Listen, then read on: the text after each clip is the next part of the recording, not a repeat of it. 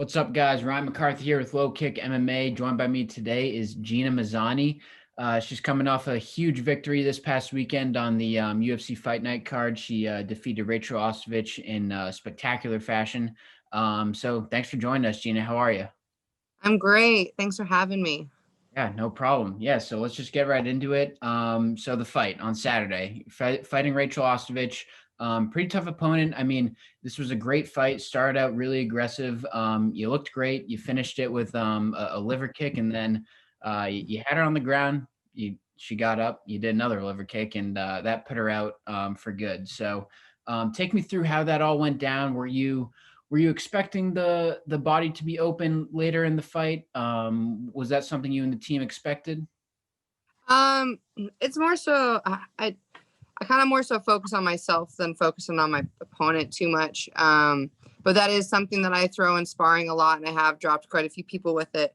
And it's something that my coach didn't want me to throw at the very beginning of the fight too much. And because like in the later rounds, like when you're a little bit more tired and stuff, and you're like when you get hit in the stomach, like at the beginning of it, you can like tighten it up and be okay, especially when adrenaline's going. But in the third round, I knew she'd be kind of pretty tuckered, and yeah, just kind of we did want to do more body shots. I do wish I would have landed more body shots with my hand, but that I mean the liver kick will do.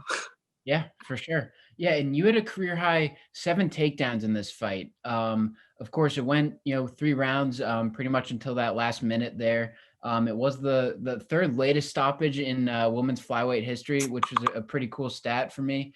But was that the game plan to, get those takedowns and then wear her out until the later round or until the last round and then finish it from there? To be fair, we didn't go into it too much with the plan. I knew that I wanted to work when James Krause first got me. He goes, it's like I really thought people always said that you were like more of a grappler and a wrestler. He's like, you're a really good striker. So I really wanted to execute some of my striking. And then he said that anytime I felt like I really wanted it and put her on the fence and take her down. And we have a really good fence series that we get banged into our heads and at Glory. And so I just felt really comfortable there. I just wanted to fight and win. There really wasn't too much of a plan, but I just knew that if I got her on the cage, I would be pretty comfortable with taking her down. And I have a pretty decent top game. She was pretty flexible and like kind of weird. She was weird to grapple with. But it ended up working out well. So yeah. Yeah, for sure. Definitely worked out well. That's for sure. And so you mentioned it. You're training under James Krause now. He's your coach. You did a big move from Vegas to Missouri. With your husband Tim Elliott or fiance, sorry. But how's been training under James? Pretty recently now. But you got that first victory under him. Has he really changed a lot for you? Of course, you moved down in weight as well. But how's it been working with him? It's been fantastic. To be fair, my last fight when I fought Julia, I remember leaving the Apex Center and like never wanting to fight again. I was over it. I was done. I didn't want to fight anymore. I was like, that's fine. Like, I did my run, whatever. Tim will fight. And Tim's good friends with James, and he got in the UFC initially with James. And James went to Tim and was like, dude, give me 2 months with her. Just give me 2 months with her. Like, let me put her on a schedule. Like, let's see if we can get her back. And of course, Tim wanted to go down there. So of course I'm supportive. I go down there, and James puts me on a schedule, and it sucked, and it was really, really hard, but it awoken my love and my passion for fighting. And I really feel like it's all a new beginning for me. Moving down a weight class, really wasn't as terrible. I just had to be strict and disciplined on myself. But I felt it's crazy because like a couple months ago, I really thought it was all coming to an end. And this is the first time in my life where I feel like this is only the beginning and it's only up from here.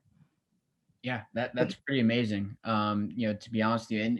And was that weight class change a part of the plan when you initially had met with James? Was that something you guys had discussed initially? So yeah, initially when the first time I really got to hang out with James was when Tim fought Ryan Benoit in Abu Dhabi. And And so I got to spend a lot of time with him, and my weight was like just happened to be kind of low there for some reason. And then that's kind of when we started toying with the idea, well, maybe you can go to 125. And yeah. And so my manager and him talked, and they thought that was like the best decision for me, and hired a nutritionist, Tyler Mitten, and got on his plan for 10 weeks and got down the weight, literally had the easiest weight cut of my life. Like the actual physical cut was hands down the easiest weight cut I've ever had. Wow.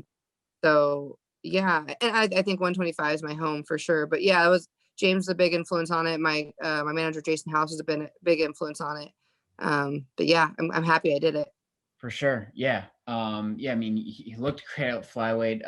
That's for sure. I mean, you've been fighting at bantamweight your whole career pretty much. You had that one lightweight fight as well, which was not too long ago. I mean, going down from lightweight and then bantamweight to flyweight. Was that, I mean, I know you mentioned it was a pretty easy weight cut for you, which must have been kind of surprising, right? Is that kind of surprising that it wasn't as difficult as you kind of presumed it would be?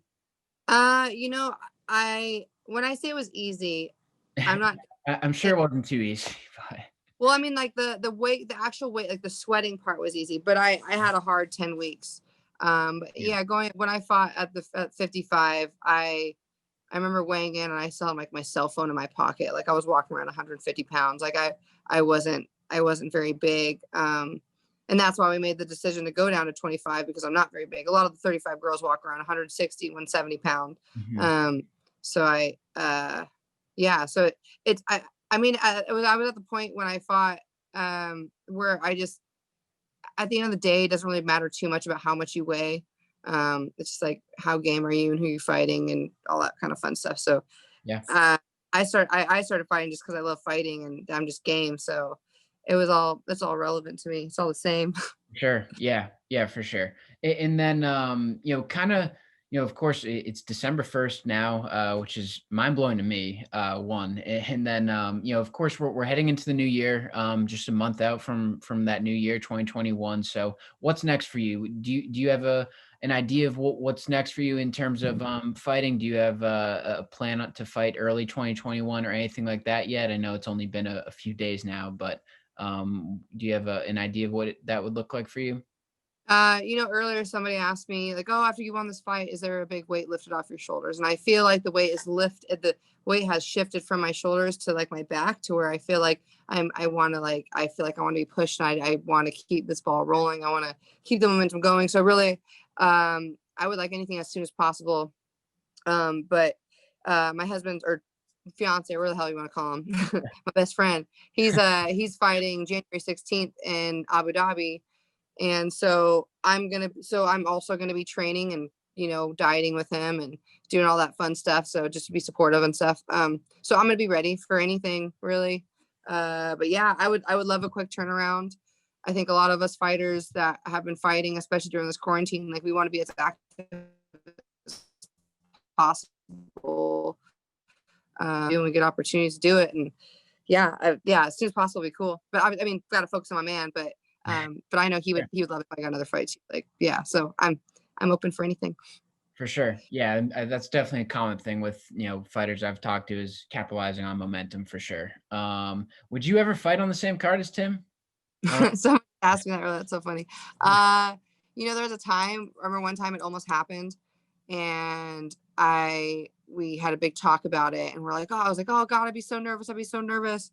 And then we're like, well, we got to take these opportunities as they come. So if that were the case, like, fuck it, like we'd be down. yeah, I mean, we do all sorts of other stressful things. Like, why not that? Like, it wouldn't, in my opinion, wouldn't be like ideal, but I yeah, mean, it might be because it's just as easy as like people get nervous, like, oh, what if we both lose, or oh, what if one of us lose? What if one of us this? But like, what if we both win? So, that's all possible, and that would be really yeah. cool. It would be kind of cool. It'd be pretty awesome to find the same card. Yeah, I think that'd be pretty cool. And then I actually saw your Instagram earlier today. You had mentioned you went hard on some sugar post fight. So I'm curious as to what you were getting after your victory. So I came home and I just posted another video of they did an entrance. It's funny. I think it's funny. My brother's girlfriend made these badass like chocolate chip homemade cookies, and they were so good. So I ate probably like 5 or 6 of those, And then I had like 2 beers, which was really good. And then I had some Taco Bell. And I tell you though, the next morning I woke up and I just felt like garbage. Like food is so crazy, but I've been eating so clean and stuff, and it just kind of hit me hard. But I'm getting back to it. I'm drinking my kombucha and my immunity. I'm like, I'm getting back on track. I love it. Well, sounds delicious. I love all that stuff. I'm not surprised that made you feel a little shitty though. So, uh, are you in Missouri right now? Is that the background?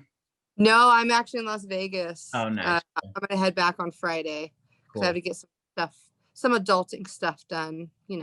Nice. Well, yeah. So, I mean, thanks for giving us some time here. We pretty much covered everything, we wanted to cover here. Do you have any socials you want to plug, anything like that? If you want to follow me, find me on Instagram or Twitter, Gina Danger AK, GINDANGERAK. That's all I got. Love you Awesome. guys. Yeah, for sure. Well, thanks for joining us, Gina, for a few minutes here. A pleasure to talk to you. Best of luck, of course, in your your next fight, whenever that will be. And then of course, wish Tim good luck for me as well. Heck yeah. We'll be looking forward to his fight as well next month. And best of luck in your training, Gina, and a spectacular victory on Saturday. That Thank was, you so much. I appreciate it.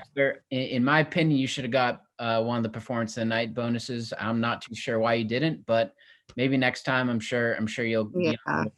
on. There's rumor that he's writing extra paychecks. I don't know. I would be more than happy to get one. So early Christmas present would be awesome, Dana. I mean, I don't know I don't know what he was thinking. I mean, probably the knockout of the night, that's for sure, or finish of the night at least. So yeah, Well, thank you, and I appreciate that. yeah, for sure. But yeah, ladies and gentlemen, Gina Mazany, name to look out for in this flyweight division now. I can't wait to see what's next for you, Gina. Spectacular performance on Saturday. Thanks for giving us some time here. Thank you so much. We'll see you soon.